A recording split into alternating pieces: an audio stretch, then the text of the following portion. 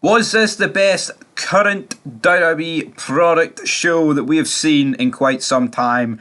By God, I think it was. This is a special one because you know here on Fog Wrestling we absolutely bury today's product because it sucks. But guess what? This show, NXT, we've always praised NXT. We've been praising NXT for about 2 years now.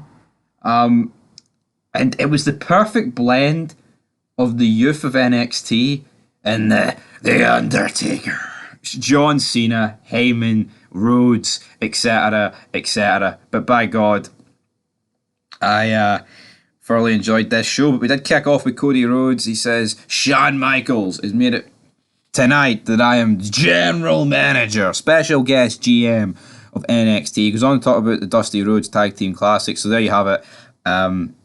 It was good hearing him talk about Dusty Rhodes, and the crowd were like, Dusty, Dusty. Ilya Dragunov came out and he says, my apologies for interrupting you, but I couldn't pass up the opportunity of welcoming you to NXT.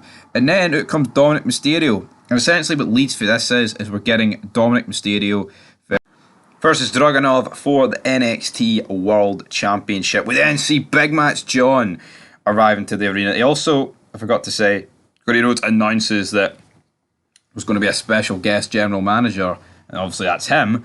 But the special guest referee in tonight's match for the NXT Championship, LA Knight. Yeah. Great, man. Fucking great start to NXT. Then we get John Cena arriving to the arena. What? Absolutely fantastic. We then see that Shotzi Blackheart and Scarlett Bordeaux will be the hosts for NXT this year. I mean, honestly, do not care about this. I mean, Scarlett Bordeaux's hot. Shotzi's not. The rhymes are sick. And we move on to our first match. We have Asuka taking on Roxanne Perez. Asuka defeats her relatively easy. There was a few scenes backstage where Asuka was like being welcomed to NXT, and Tiffany Stratton walked up and was like, sorry about these jobbers from one dominant NXT Women's Champion to another. Welcome. And then someone was like, excuse me? And she turned and went, you're excused. Tiffany Stratton, though, looking quite hot tonight. You can't deny that. But yeah, who knows how that's going to go down. You've got a lot of people swimming for this NXT Championship. Laya Valkyrie, Tegan Knox, Tiffany Stratton. Asuka's here, what she did, who knows. We then have the Brawling Brutes and Tyler Bate taking on Gallus in a Pubs Rule match. This match was actually alright. I liked the fact there was a bar at ringside. I thought that was quite unique. Damn it, I like this. This match was alright. You know, I had a couple of decent spots, and I'll admit I've buried these guys in the past, and that doesn't really change. But it was a fun match. Fun match. But the Brutes pick up the win here. Triple powerbomb through a table. 1, 2, 3. Cody Rhodes then runs into the family backstage, and it turns out there's going to be the Bada Bing, Bada Boom Battle Royal, which. It's like, alright, Tony Soprano, fucking Cody Rhodes, lay off it, big man. Baron Corbin then has a backstage interview, and he takes issue with how Dragunov's title reign's going so far. He sees through his rage. He's upset, though, that Dragunov didn't give him a title shot. You little bastard. Out comes Big Match John. Just seeing John Cena's music hit. John Cena coming out the NXT. It's surreal, but this was actually a pretty good promo for John. He says that everybody that's here tonight, him, LA Knight, Cody Rhodes, Asuka, etc., they're all here because of you guys. And he starts pointing around. He's like, you're singing my theme song. That's what makes this place beautiful. That's what makes this place great. Then they started going, thank you, Cena. And then like one guy was like, you suck. And Cena's like, that's what I like. I like difference. I like people telling me I suck. I thought it was pretty good. And he's like, that's why Carmel Hayes called me last week. I couldn't say yes quick enough. I wanted to be there. We share a lot of common. Like, hustle, loyalty, and respect. He works hard, never gives up in the face of failure. So I'm going to be in his corner tonight against Braun Breaker. But then Big John gets interrupted by Braun Breaker. Says, how you doing tonight? And he's, you know what? You're living in some sort of fantasy land. Do you think Carmel Hayes got a chance of beating me, big man? The greatest of all time in his corner. You absolutely suck, jabroni. Then Cena burying him is like, you got no attitude, man. Your biggest weakness is your attitude. You lack respect. I didn't come here to run you down, but now that you're here, he looks to the crowd and he's like, this is a teachable moment. which I thought was brilliant. But then Braun Breaker refuses to shake John's hand, punches him. He goes for the spear. Big match John ducks out the road, goes for the AA, but Braun Breaker manages to escape the ring. And so John stands tall here to end this segment. And again, tonight, every segment NXT's doing is delivering. We then have the third match of the evening. Weird placement for this match, but I mean, obviously with the main event that we had, I mean, I don't think you're going to... look at NXT had here. You had a title match at the height of the first hour. I think it's safe to say Dynamite will be fucking hiding after this, but we've got Dragunov against Dominic Mysterio. You know, this was a fun match. LA Knight was doing what he has to do during this match is as well. You've got interference for the Judgment Day. LA Knight burying people. Rhea Ripley, for some reason tonight, I don't know what it was. I think it was to do with her hair, but she didn't look like a man, and she actually looked alright.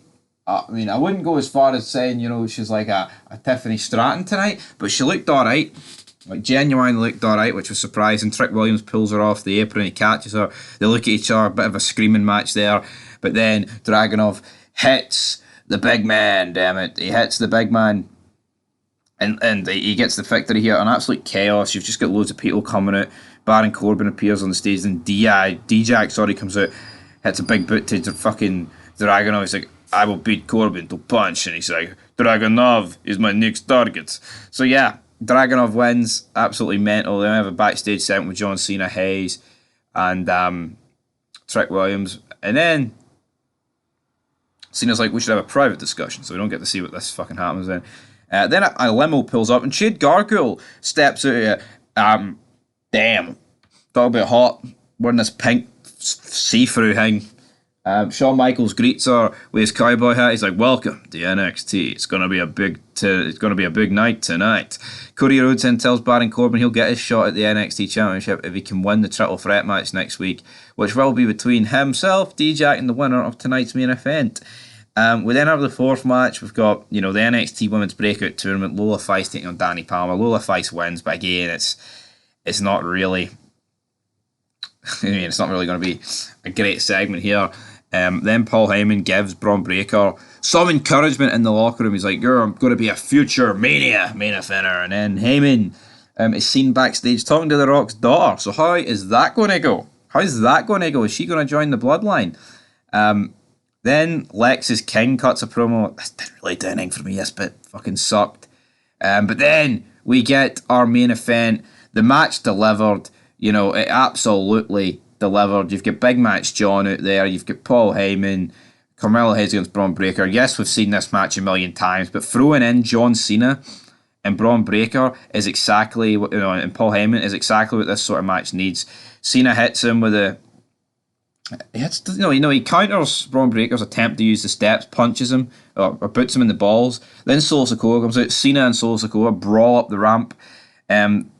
Breaker goes into the ring. He gets absolutely took out by Carmelo Hayes. 1, 2, 3, he wins. He then hits a massive spear on Hayes, and then he goes for the 5-knuckle shuffle. No, he doesn't go for the 5-knuckle shuffle. What the fuck? No, the 5-knuckle shuffle was earlier on in this match, which I thought was quite... funny to say the least.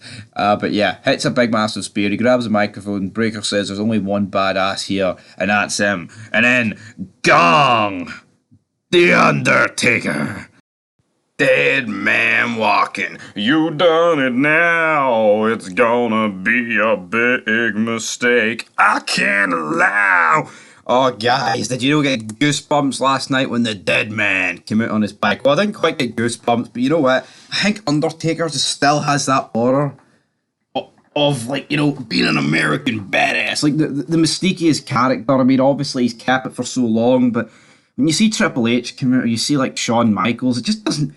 Even though, I know they're all different sizes and different wrestlers and all, and different characters, right? But when you see Michaels or you see Triple H, it doesn't blow you away anymore. But when Undertaker comes out, you sit up and you pay attention. You really, really do. And for me, even a simple moment like this makes you realise how good the Undertaker is, and it'll never ever stop. But during the final segment of WWE NXT, Carmelo Hayes defeated Braun Breaker. After the match, Breaker speared Carmelo Hayes. Then he grabbed the microphone. He said, "I'm the biggest badass in WWE. And I think you knew as soon as he said that it was going to be game over. Kid Rock's American Badass music started playing. The Undertaker, he rode into the ring on his motorcycle. It was surreal seeing the Undertaker come down to a ring in a room this small, as John Cena labelled it earlier on in the night. But he came down on his bike. Breaker said, "What the hell are you doing here, old timer?" He said, "I'm the only badass." Undertaker said, "You're going to be a big deal, just not tonight." Then Undertaker, big right fucking hook under Braun Breaker's jaw. I mean, the guy's what, like 59, near 60. He can throw a punch. His punches are so fucking good, man. I'm not marking it over a punch, but fuck, man, he near punched this guy's fucking dome off. It was insane. Undertaker's punches, man, they're great. Apart from towards the end of the 2002 Unforgiven match, make sure you go check out our pay-per-view review of that. I don't know what him and Brock were doing. They kind of lost the fucking plot with a few of the punches, so to speak. But yeah, he decks him here. What an absolute great punch it was. He then picks him up for the choke slam, and then he grabs him and he says, "You just met the biggest badass of them all." Oh, fuck the song. American Badass. Is this guy coming out on his bike? Come on. Is this not absolutely insane?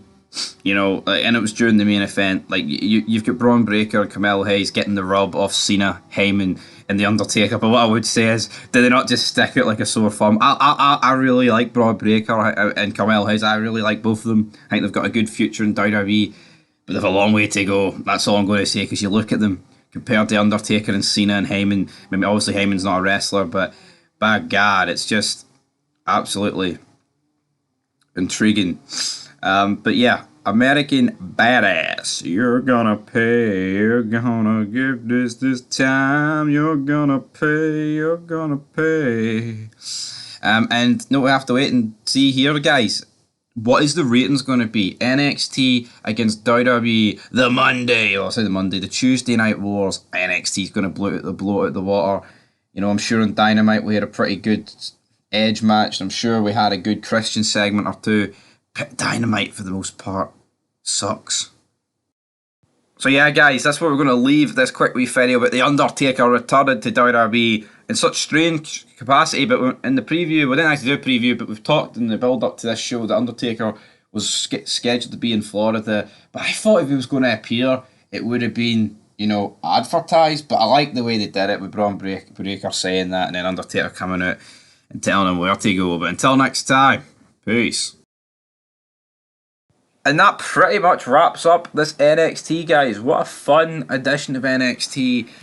Honestly, it was just like the perfect blend of old and young. Sounds weird in here, but it was a good show. You know, there was some stuff that fell flat, but pretty much every segment that included somebody from the past eras or people in the current era coming into the main roster. I mean, it was good.